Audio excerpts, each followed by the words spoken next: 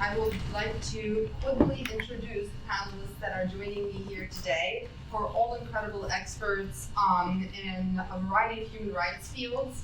But today we're going to be talking about issues related to human trafficking, climate change, and conflict, and how they impact women and girls. So I will start first with introducing RUCHIRA GUPTA, who's an Emmy-winning journalist and founder of anti-sex trafficking NGO TATIANA. She also has an incredible book out called I Kick and Fly, where she's engaging youth and empowering young people to really understand what human trafficking is and act on the subject. I would also like to introduce SHANDRA WOWORUNTU. She is the former chair of International Survivors of Trafficking Advisory Council. She is leading an incredible NGO here and providing services to victims and survivors of trafficking called Mentari.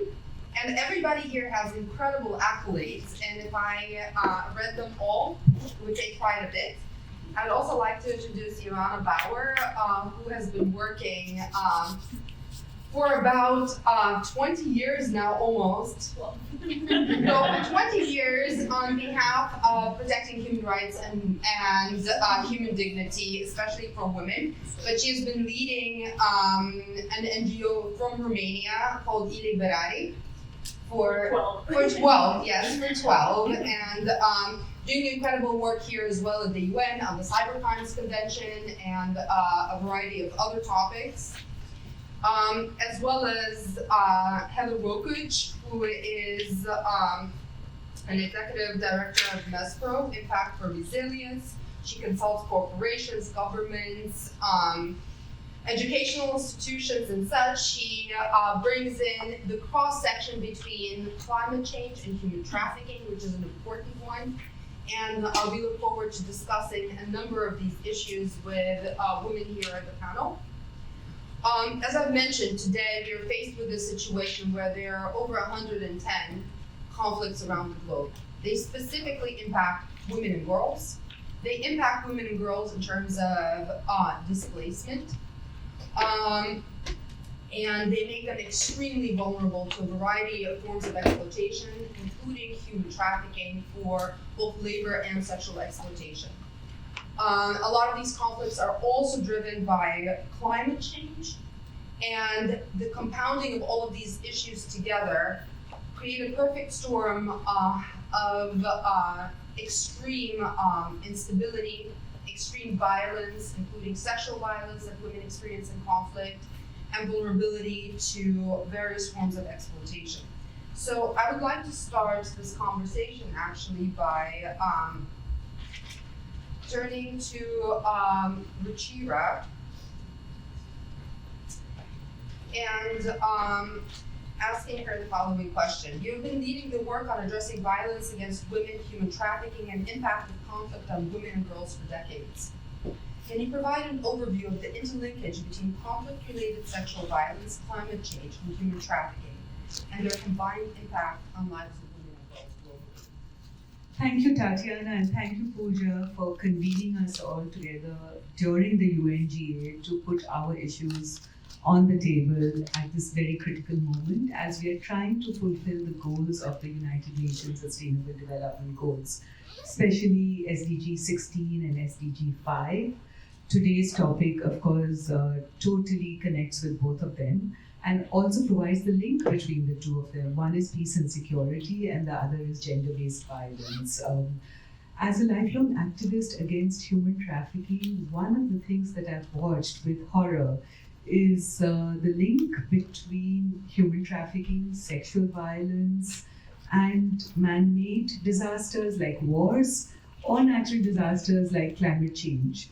What happens as a result, which is common sense, and we all know it, is of course the increased vulnerability of women due to displacement of either a conflict or a climate crisis, where women are forced to flee or They are forced to look for food for themselves or their families, especially their children. And this increases their vulnerability to the extent that traffickers know that they are absolutely the easiest target to prey upon, both for sexual exploitation, like prostitution, or to serve as child brides, or to become sex slaves, but also to prey upon for cheap labor. And sometimes, as we know, in the situations of Boko Haram, women were kidnapped and made to live in camps as not just sex slaves but also as cooks and cleaners. And this is happening across the world. And I have literally traveled to more than 80 countries in my life, been to refugee camps, been to conflict areas, served in Kosovo for the United Nations, trying to create did create the zero tolerance policy with the Secretary General. And we noticed how even soldiers and peacekeepers prey upon the vulnerabilities of women. And the conflict is going on. I'm not going to pull out the data for you, which I have kept in my notes, because we know that 70% of those displaced due to wars and conflicts are women and children. There are four main things which happen, to make this connection between man-made and natural disasters like conflict and floods and famine and drought with human trafficking and sexual assault. The first thing is, of course, vulnerability, increased vulnerability. No documents, displaced, hunger, homelessness, all of that. The second is that women's bodies become the battleground, and they are used, women of the enemy group, so-called enemy group, become targeted for rape and sexual assault. We know that from Bosnia, but it's still continuing in the Middle East and Ukraine. The most searched word on the internet right now is, say, Ukrainian women, Ukrainian girls, because people know they can find girls easily, which traffickers have preyed upon. The third thing which happens is that health systems break down. So women's access to healthcare, of course, drops.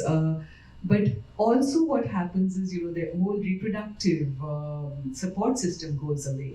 And in places like Yemen, we have reports from the UNFPA that there's a maternal mortality 1 every 2 hours because of this lack of access to hospitals. And we know more and more hospitals are closing down, health infrastructure is breaking down.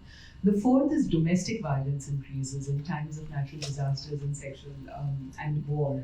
And because, the men are taking it out on the women, and they are at home and they are more vulnerable. So we see in Ukraine, trafficking increases, as I mentioned earlier. We can see this with the Rohingya refugees who are running away from Burma and other places.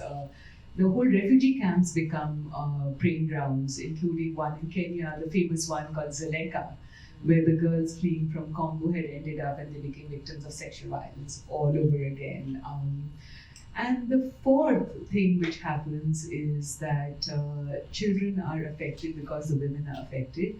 So we have data on even breastfeeding, because lack of food, lack of health infrastructure, lack of nutrition, it affects that. And then so we are carrying on the trauma intergenerationally when all this happens. And these are the main broad connections that I want to draw upon.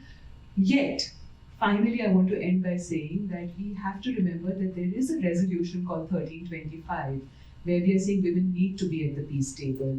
And we keep demanding more and more seats at the peace table, because though we are disproportionately affected by war and famine and hunger, we are not given a chance to talk about how this can be solved, even though there are examples of women solving the problems more effectively of both climate disasters or man-made disasters like war. Like, for example, I just spent the last 2 weeks with Lema Gobai, who is from Liberia, and she really brought Muslim and Christian women together in Liberia for peace talks, which then paved the way for the democracy which is there in Liberia now. So we know that there is a possibility, and yet we haven't created the room. And even as the UN General Assembly sits right now, my call to action is that we must demand more seats for women at the table to speak about what they want and how they will get there. And there's a very famous feminist who said that if you don't get a seat at the table, take a folding chair. So that's my concluding remark. Thank you, Ruchira. And I suggest just everybody takes a folding chair, whatever chair, as their discussions at the Summit of the Future right now happening, and a lot of the issues that have to do with violence against women are addressed very superficially. Frankly, we have the Beijing Plus 30 coming up next year in March. We have the anniversary of UN Resolution 1325 coming up, and we have had a nice policy on paper, but in practice, when it comes to sexual violence and conflict against women, and we're talking about all of us, whether we're talking about Sudan, Ethiopia, Syria, Israel, or anywhere else, or Ukraine, these issues maybe get highlighted for a moment, and then nobody talks about them. And at least Ukrainian women have the benefit, RUCHIRA, of having their voices heard, where there was some coverage of the fact that they were experiencing both sexual violence and trafficking, unlike many other women around the world. So with that, I would like to turn to Chandra, and as one of the most recognized survivor leaders globally, championing ethical survivor inclusion and voices in legislation and policy development, can you please provide an overview of how conflict and climate change create vulnerability to human trafficking for women and girls? Thank you, Tatiana. Thank you for the organizer to have this discussion, important discussion. And I am the product of the conflict. So, long shot, Indonesia in 1998, there was political violence that I flee to the United States for work, but I was kidnapped, exploited, and trafficked. So this is the true life of women and girl that affected by climate change, conflict, man-made, whatever we want to say it. This has affected women and girl, as women and girl as the front line to protect this universe, not men. Women that give their life to protect the land, to protect their family, to do everything to make the family safe and also continue. But the disaster, the conflict, make them vulnerable. And often, woman's body, girl's body, became a weapon of the conflict itself. And they found so I have the number here, 81,000 women and girls were killed in 2020 alone. Imagine, because of this. It's affected really deep, rooted. Woman and girl is always become a problem in this universe, but we don't have enough to put them on top of our priority. This is what we have to change. Our mindset, our work. We talk all the time, every year. UNGA, General Assembly, CSW. We bring all the discussion about women. What is the solution? So I just remind everyone, what is the solution? Do we really do the solution? Come together and partnership and collaboration, find it, make a solution, help them, and solve the problem? No, we just have enough talk, like NATO. No action, talk only. Right? So I call everybody to really think how we contribute. So you all in the room listen to me about NATO, not NATO, another one, but NATO here. So how we can come together in your own capacity to see the impact. So I've been working with now in New York. So I talk about New York. How much, not how many, not, it's uncounted now. Women and girls that exploited during the movement from South America to the United States, from Texas, distributed to all the states to New York. If you have a time, you can walk around on the street of Jackson Heights. You will see child labor. You will see forced labor. You will see street prostitution from the impact of the movement forced migration. So this has affected forced migration. Okay? Sometimes we don't really think a lot about climate change, about conflict. They force them, Syria, and then Ukraine, now Gaza. What happened with them? 1.7 million people. Woman is the tools for peace conversation. Women have to have a stronger voice to bring the peace on this universe so we can come together to reach out our sustainable development goal 2030. Mention 16 and 5, right? Actually 8.7 is also an all comprehensive sustainable development goal actually affected by the climate change. Because of the girls cannot go to school during the famine, during the conflict. And mentioned already by RUCHIRA GUPTA, it has affected many things, right? So I just want to bring you to this particular discussion of violence against women and girls. Violence against women and girls is real. We often only talk. Let's listen to them that affected.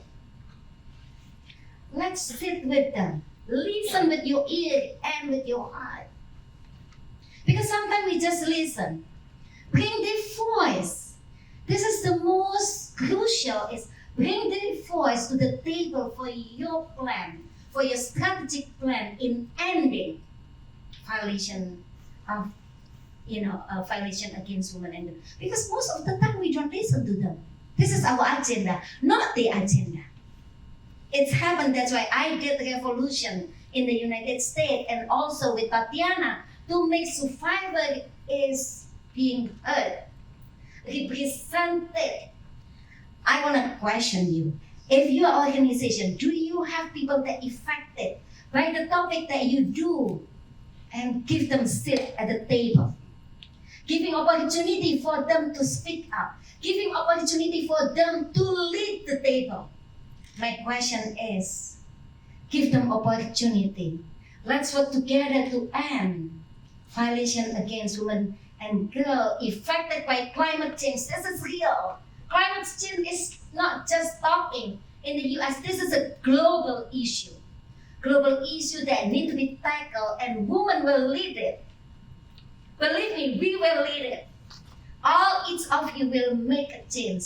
Not only TATIANA, not only RUCHIRA, not only RUPA or IOANA or everybody, you are a change maker in ending violence because of the climate change. Climate change is real, and let's have a solution to end violation. Thank you. Thank you so much, Sandra. Thank you for bringing your voice to this conversation, because you're absolutely right. Without those that are directly impacted by the issue, a lot of the conversations are happening in parallel. We are coming up with theoretical solutions, not real solutions. So listening to actually women and girls who are directly impacted by sexual violence, by climate change, by conflict, and by human trafficking, can we come up with real solutions to the issue? And it is also for women to come up with solutions for women and girls. Because it is their bodies that are directly impacted. Climate change impacts very specifically women and girls in terms of displacement. Conflict very specifically impacts women and girls in terms of sexual violence, displacement, and vulnerability to other exploitation. Human trafficking directly impacts women and girls because the majority of those that are trafficked for sexual exploitation are women and girls. With some boys there as well, but it's primarily this. So it's our bodies that are being sold, punished, exploited, abused, It is our children's bodies that are experiencing the same. So we need to be a part of that conversation and a part of that solution. And frankly, I just want to give an example before I go to ask IOANA the following question. But when the war in Ukraine started, as people were scrambling to help Ukrainian women and children who were fleeing bombs and sexual violence, men were looking online on how to exploit Ukrainian women. I did the research on this myself, and you saw women and children being approached for production of pornographic materials, for prostitution and such, because men went out there and started searching terms online. Ukrainian sex slaves, Ukrainian women for sex, and some of these numbers went up 200% in certain countries. Just as an example. And if we talk about, for example, women and girls in Gaza, I was in West Bank just some months back and met with a women's organization, and guess what? Men from Egypt and other countries are looking now to traffic women and girls from there for cheap rides and for other things. So whatever the case is, wherever there are situations of displacement, violence, and such, we see women and girls paying the price all the time. When we talk also about terrorism, for example, it directly impacts women and girls. So with that, I am going to ask the following question of IOANA, who is a leading voice on impactful solutions to human trafficking. And you have worked both frontline and on a policy level. Can you provide an overview of your work in addressing human trafficking vulnerabilities of women fleeing conflict, and your perspective on gender implications of conflicts and human trafficking? Thank you so much, Tatiana. And before I get into the substance, I think it's important to hear what we didn't have at the UN this year as well. For example, the appraisal of the global trafficking in person plan to end it, etc., etc. It came off the agenda really fast. It was one of the first things that flew. So the fact that World Women allowed for this platform to exist and that we're able to bring this topic here today is extremely important. So thank you. Thank you for bringing us together. We don't need to just bring folding chairs. We also need to make sure that we create the platforms and that we do not allow for this very uncomfortable topic to be silenced. Also, yesterday I was part of the Summit of the Future Interactive Dialogue 2, where we're talking about peace and security and multilateralism, and there were just 2 CSOs that had the time to actually speak, just 2. The others were invited in the overflow room. So how are we to change things from the overflow room? How are we to make sure that we're part of those decisions that literally impact us and the generations to come? So again, extremely important that all of you are gathered here and that we're having these conversations. And really want to honor you, Shandra, as well, for leading the survivor movement and all the lessons that I always have from you and all the survivors that we get to speak to and learn to and hire. Actually, let's also talk about paying survivors. That's also extremely important. So we were at the front line of the Ukrainian response. We're based in Romania, so we're very much neighboring a war still. And if everybody was talking about this 2.5 years ago, now people are barely mentioning it, but we still see how this is impacting women and girls in the countries where they fled, but also the returnees who are going back reconstructing. So to us, there were several things that stood out. And I'm not going to repeat some of the things that were told. I got to be part of several teams with Tatiana that did country assessments to see how countries around the neighborhood, so to speak, so countries in Europe were responding to this crisis. And what we found was really, really troubling. I think it's important to mention that currently, right now, the brothels in Berlin and Germany are filled with Ukrainian women. When we were there doing this country assessment, we were told that a specific brothel owner had 2 brothels and she was opening 2 more. because of the demand that existed and because of all the women who were going to be exploited there. So it's important to also consider that. Also, the men who are doing those searches that went up sometimes 200% searching for Ukrainian prostitutes or Ukrainian rape, they also are willing to give the money, pay the money, and commodify those women for that. So we also need to bring the subject of vitiated consent, right? We're in this space in which it's easier to think that people choose things for themselves when they're actually being chosen for them. So you see this in conflict, you see this in forced migration, you see this when women are going and pursuing opportunities for a better life abroad or in their own country, right? People who are being displaced in their own country. These compound vulnerabilities that we see in women and children fleeing the war are extremely evident, and we heard that a lot of them are victims of domestic violence. A lot of them will go and search for services that are not related to trafficking. Maybe they won't even be able to tell you that they're a trafficking victim. Because within the humanitarian space, we were extremely surprised to see that trafficking is not prioritized. Yes, we have SEA, we have the frameworks and their paperwork that a lot of people sign but never read, right? But what does it actually mean to prioritize protection models when it comes to human trafficking? That means stop putting the burden on the people who are affected by the issue to self-identify, to find the right services, and to figure out their pathway. Just navigating that whole entire thing is daunting and overwhelming for a typical human being having to deal with bureaucracy and everything else. Put on top of that compound trauma, and you're gonna realize that that's almost impossible.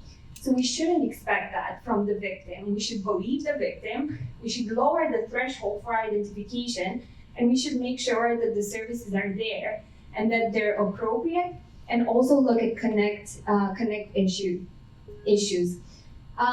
We also heard a bunch of statistics. With Ukraine specifically, anywhere from 89 to 92% in the beginning of the conflict of the people who were fleeing were women and children, right?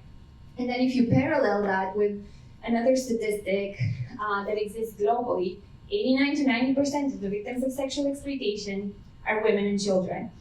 So really, we have to not be blind to those things. And we need to make sure, again, that this is prioritized. And prioritizing that also means resourcing that.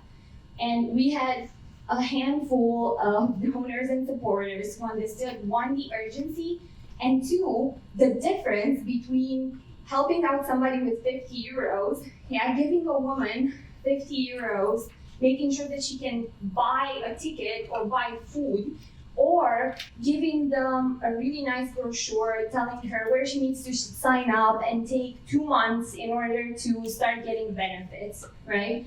We need to be flexible. We need to understand that in the case of women and children who are fleeing conflict, their needs are immediate and their needs are extremely precise. And the frameworks that we have that we build around KPIs and bureaucrats in really nice offices who have never been on the field have thought about this scaling and theory of change, they might not actually work in the real world. What we ended up doing was create a model that was personalized and individualized, and that's how we got to sit down with over 4,000 women and their families and actually understand their needs, understand that the more the conflict deepens and it goes on for longer, the vulnerabilities actually increase, they don't disappear. They may become invisible to us and our attention span might move to the next catastrophe, but that doesn't mean that it's fixed. It doesn't mean that it's not there anymore. And what we were also able to do was to ensure that the model that we piloted also is piloted in, for example, regions of Uganda and other countries in Africa where women are migrating because of climate change or economy or other things. And what we've seen in every case is that we need to make sure that we adapt our models. We need to make sure that survivors are from the design phase included, because they're the ones who actually have to live with our solutions. And also, that we do not think of it as something with a starting date and an ending date. We need to make sure that we scale this. We've seen people exiting, and when I say people, I mean huge funders who came in while the topic was hot, poured money into, buying blankets and waters, and then they disappeared. So you have a whole infrastructure that doesn't work anymore. So figuring out how to also educate the whole support system around it and understand that we need to commit long term to women and girls and children is extremely important, and to think of this long term. Because as we're discussing 2030, we should keep in the back of our mind 2050 and from there on out. Thank you.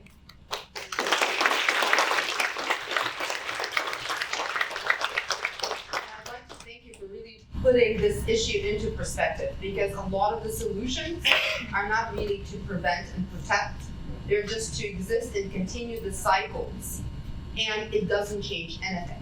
Tailored solutions for women in Uganda, tailored solutions for women fleeing Ukraine, for example, look different, and their needs are different. And those need to be addressed so that we are not dealing with the consequences of what has happened afterwards. Because as Chandra can tell you, working with survivors of violence takes a higher cost per person than to prevent the issue from happening to begin with. And when we're talking about the future, what do we want the future to look like?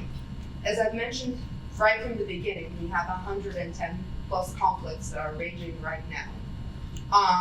It looks like inequality and violence towards women and children is increasing as well due to these conflicts, due to climate change. So what real solutions can we put on the table for these women and girls? With that, actually, I want to turn to Heather, and you've been at the forefront of connecting the issues of human trafficking, climate change, and their direct impact on women and girls. To many, these issues are separated into different buckets with different policy frameworks.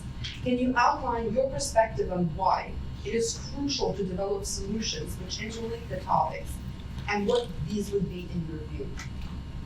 Well, thank you very much, Tatiana, and also for your ongoing amazing work with anti-trafficking and also gender-based violence. Thank you to this esteemed panel, and also to LUBA of the World Foundation for hosting this event. So, the bottom line is the climate crisis is not gender neutral, period. Every study shows this. Women and girls are impacted more than anybody else, and this just goes to amplify the existing inequalities. And there's one really important thing that I want everybody to focus on today. We're not talking about only over there, we're also talking about right here in New York City. Right. Climate justice, there's climate justice issues right here in New York City. And climate change impacts women, on an unequal basis right here in New York City. And so it's important to look over there, but also to see what happens here primarily, because when you identify what the causes are, then you can take action and get something done here from the grassroots level. That's the exciting part. Now, climate change, as we know, wherever it is a threat multiplier. And so if you've got existing social and political and economic tensions, then they're just going to get more with climate issues, whether there's some kind of flood or heat waves in our schools or whatever. So it's a threat multiplier. So climate change drives conflict. It's not only a result of conflict, it creates conflict across the world. And this increases vulnerabilities regarding gender-based violence, child marriage, trafficking. These are just facts. They have been stated time and time again. Now, there was a really interesting report that was released yesterday at the UN. And as Tatiana has very correctly mentioned, there are over 110 armed conflicts happening globally. But what they found after 3 years of research is that actually 80 to 90% of the violence against women happens outside of armed conflicts. It happens in our homes, it happens in our neighborhoods, you know what I mean? And so, we need to understand that climate change And all of these issues are also connected to that violence, again, to bring it home and to make it stop at home. So to do that, we need to look at concrete drivers and examples of that. Now, one driver is the demographic driver that Ruchira referred to, and that is that, you know, if you do live in sub-Saharan Africa, well, you know, the women and the girls are responsible for the water, for the food, for the fuel, and going out there and trying to get it. The girls have to leave school because they have to help the mom try to get this stuff. Well, they're out there in the middle of nowhere, totally vulnerable. And so that's one classic example. However, you know, the elephant in the room that has been discussed a couple of times already, that's forced migration.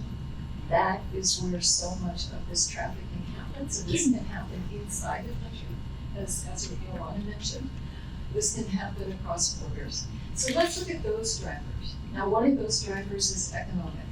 You know, obviously, you've got debt, job loss, poverty. You know, in Africa, this might be that a heat wave came and it killed all the livestock, and so the family has to somehow move to the city. There's no jobs there, you know, and so maybe if somebody will accept a job abroad thinking, you know, whatever, but it really does not turn out that way. There's also social drivers, long-standing gender inequalities that are just exacerbated by this kind of stuff. You know, in any kind of climate emergency, be it here in New York, be it in Uganda, whatever, the resources for women and girls are going to be harder to get. They aren't as trained in how to get them. And so, you know, mobility issues are going to be harder. And so the bottom line is this: when you look at climate change and gender issues, you have to look at it, in my opinion, from an intersectional feminist lens.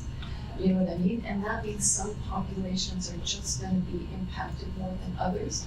That means indigenous populations, Afro-descendant populations, LGBTQI+ populations, people with disabilities, people in rural areas, you know, people who live in disaster-prone areas. And so what it means is that when we create the policies, not everybody has the same options. We really need to put the resources and the focus and the voice to the people who actually need it the most. And so these are some of the problems. So if the challenges are intersectional, okay, well then the solutions have to be intersectional too, right? So let's look at them. There's a lot of policies on the books right now. It's just that there's no political will. You know? So let's talk about some of the policies that make a lot of sense. You know, and this is the kind of stuff that everybody in here can actually impact. And so it's worth looking at. So we have to focus on adaptation programs in situ so that this distress migration doesn't have to happen when there is some kind of flood or when there is some kind of whatever. Put resources in there, but not just, as IOANA was saying, not just here's a sandwich, but here's a job creation program so that you can get back on your feet. You know what I mean? That's the kind of stuff that can happen in New York, it can happen anywhere. And also we need to improve the outreach of social protection in these climate-induced areas with social issues and focus on the human trafficking hotspots, not just put it generally. Right there at that border crossing, that's where it's going to be a problem. Right here in this neighborhood in New York, that's where it's going to be an issue. Let's put resources there. Too often, it's those tricky places that are always left out because they seem iffy and nobody knows how to deal with them, which is just nonsense. And so we also have to, and the last thing regarding policy, we have to promote the registration of migrants using digital interfaces that respect their privacy. Yeah. So you don't have people surveilling them and giving away their identity. But at the same time, you know who came in and out. I live in Austria. I live in Vienna. And I'll tell you a heartbreaking statistic. We had, I think it was something like 7,000 minors who came in fleeing refugee issues in 2022, something like 7,500, so under the age of 18. 75% of them disappeared. because Austria did not have in place something that from day one you track that kid. You know, they had it from day 30, you track that kid. You know, and so it was just a hub for traffickers. But this horrible statistic is just repeated again and again. If you don't have digital interfaces tracking who comes in and out, well, then that's going to be a problem. So again, many of these policies are in place. We're just missing the political will. But, and what I really want to echo here is it's mandatory to have not only women and people of, you know, diverse genders, but also people who have been trafficked or who have experienced these things or who are going through, you know, extreme poverty situations. They need to be at any decision-making table. So what I would like to do is to end with a very positive note of somebody that all of us know. And she's a very inspiring Ugandan woman. Her name is Malaika Oringo. And she set up human trafficking. She's a human trafficking survivor leader. She was trafficked from Uganda to other places. But she realized the connection with what was going on in Uganda and climate change. There was a clear connection. And so she set up something called Footprint to Climate, which has climate literacy trainings going on in the neighborhoods, which has interesting programs to try to get people to use different kinds of charcoal instead of cutting down trees. She's now also implementing something to scale these solutions across Africa. And so with the work of, you know, basically SHANDRA and also Malaika and many other individuals, as everybody on the panel was saying, we've got to look at what people on the ground are doing and then put some cash behind it. Yes. And then also, you know, really have them and everybody in here who's really focused and passionate about these topics to speak up, whether the climate change issue with human trafficking is in your neighborhood or whether it's in a different country, it all is connected. And so with that, I thank you very much for being here. Thank you.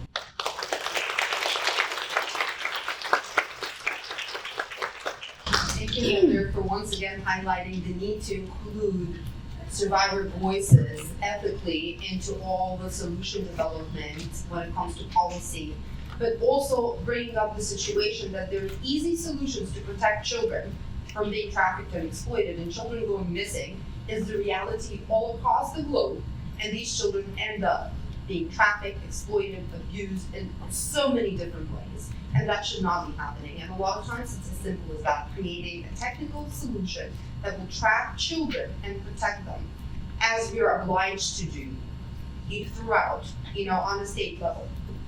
The other part that is really, really key is making sure that the solutions we develop to protect women and girls are actually gendered. It's not let's give a blanket, but let's create real solutions to protect and prevent exploitation of women and girls.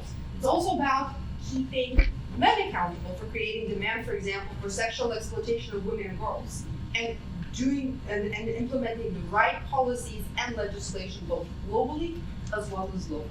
And I know we have run out of time, but I'd like to thank Rupa Dash and her team for starting today and this conversation in Punga on the note that seeks to protect and empower the most vulnerable women and girls. Because as RUCHIRA said, it's about the last girl. So until the last girl is safe, none of us as women and girls and as society at large is safe and can thrive. So thank you very much.